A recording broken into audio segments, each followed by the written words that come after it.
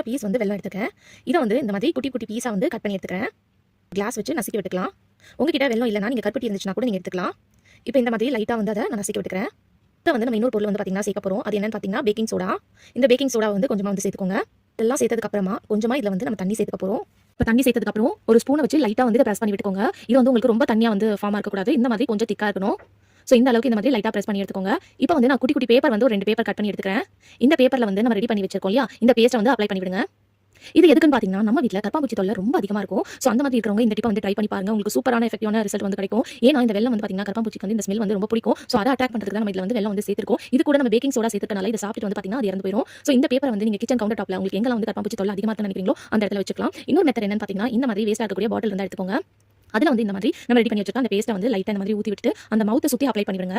இந்த மாதிரி பண்ணும்போது கரப்பான்பூச்சி இந்த ஸ்மெல்லுக்கு வந்து இதுக்குள்ளே வரும். வந்துட்டு இதை சாப்பிட்டு இந்த பாட்டிலுக்குள்ளேயே வந்து பார்த்தீங்கன்னா செத்து போயிடும். அதை நம்ம அப்படியே வந்து பார்த்தீங்கன்னா எடுத்து குப்பை தொட்டியில் வந்து தூக்கி போட்டுலாம்.